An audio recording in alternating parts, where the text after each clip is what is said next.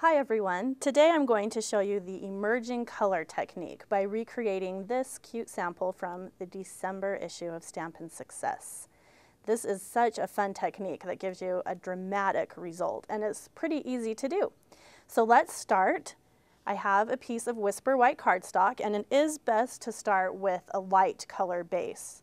And now I'm going to stamp kind of a background. These are the images that will actually emerge once we are done. And I like to use a variety of colors. That's Old Olive, here's some more mustard, and then Tempting Turquoise down here. This Extreme Elements Stampset is such a fun one to kind of layer and collage with. So there's my images. Now the next step is to stamp and emboss a large solid image that those can emerge through. So I'm using the large splash. We'll ink that up with Versamark. And before I stamp it, I actually want to just give a quick rub with my embossing buddy so that when we emboss, we don't get powder where we don't want it. Now we'll stamp that. It's kind of like a big splatter.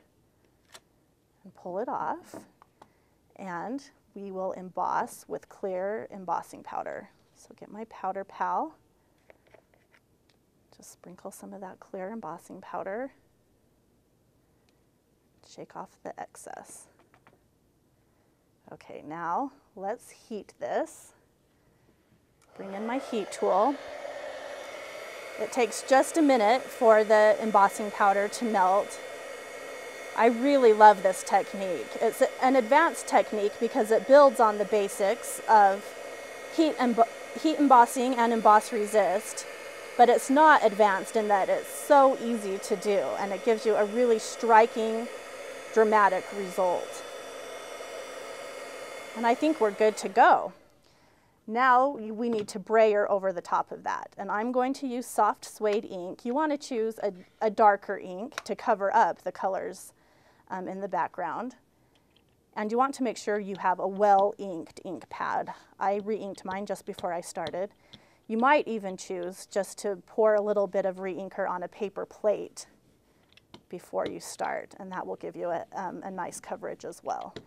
But the more ink you brayer onto your sample, the higher the contrast will be and the more dramatic the result. And I love that soft suede color. It almost looks gold.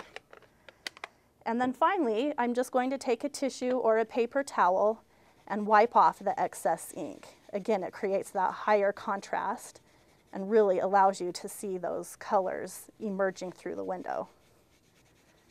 And that's all there is to it. Now on the finished sample, we did tear a little border on the top. This creates some texture and some dimension to your project, but it also allows that white background to shine through and just again adds to that striking look. Fun little border. And then I would just attach that piece to my finished card. You can see we have a greeting down here with the priceless stamp set, a K for kind, one of our chipboard letters, and a little bit of our Marina Mist grosgrain ribbon that we've again added a little bit of texture to by cutting in half. So easy but dramatic technique that is really fun to demonstrate. Here's one more sample. You can find this in the online extras for this article.